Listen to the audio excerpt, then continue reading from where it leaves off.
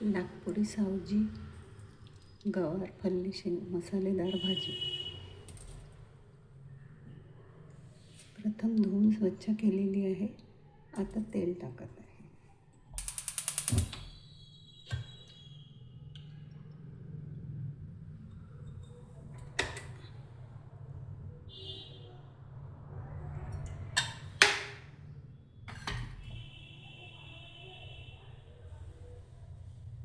तेल तापायला ठेवलेलं आहे। तेल तापलेलं आहे। प्रथम तेजपान, कढीचा तुकडा,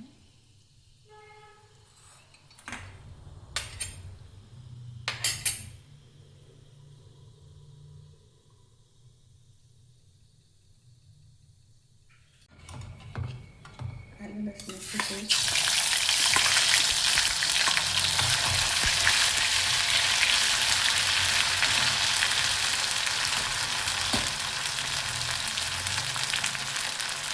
जिरा पावडर, धने पावडर,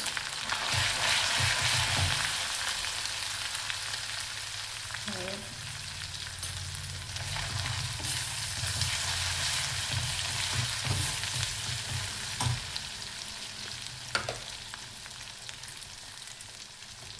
तिखट,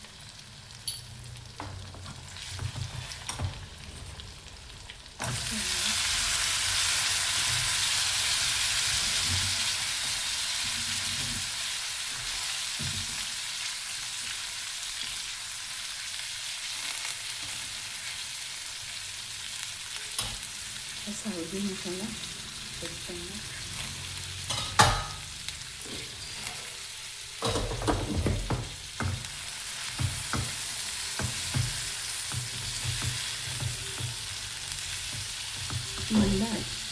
मंद आचेवर होऊ द्यायचे।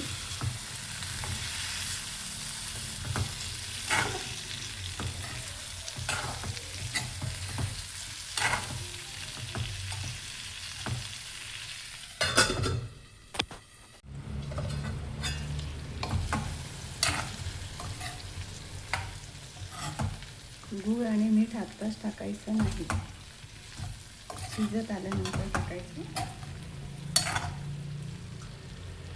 मसाला झालेला थोडं पाणी याच्यात टाकून शिजू द्यायचं।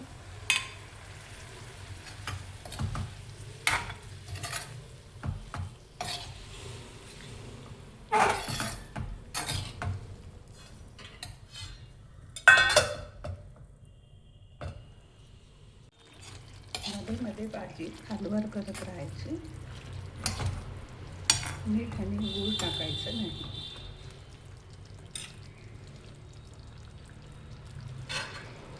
भाजीतलं पाणी संपलेलं आहे, त्यामुळे त्यात परत पाणी टाकायचं।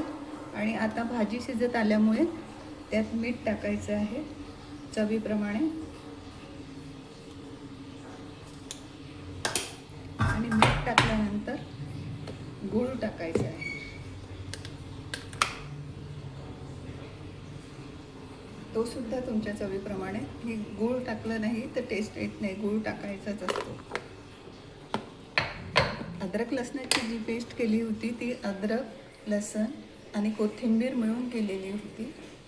आणि आता भाजी परत जेवढा रसा पाहिजे तेवढा ठेवून परत उकळू द्यायची आहे, शिजू द्यायची आहे।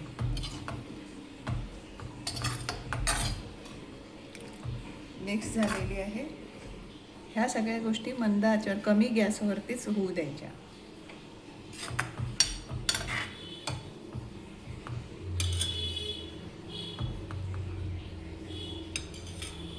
आणि काळा मसाला जो आहे तो सावजी मसाला टाकलेला होता, 1 चम्मच, छोटा चम्मच। आणि ही भाजी फक्त 1 पाव गवाराच्या शेंगाची आहे।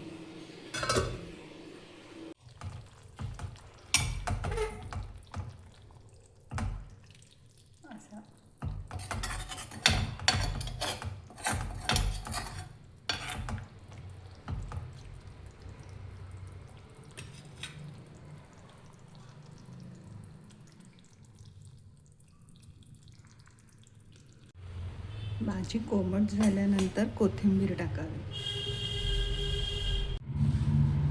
अशी ही नागपुरी सावजी गवाराच्या शेंग्याची भाजी. ही अशी तरडी दिसायला पाहिजे. अशी नागपुरी सावजी गवाराच्या शेंग्याची भाजी.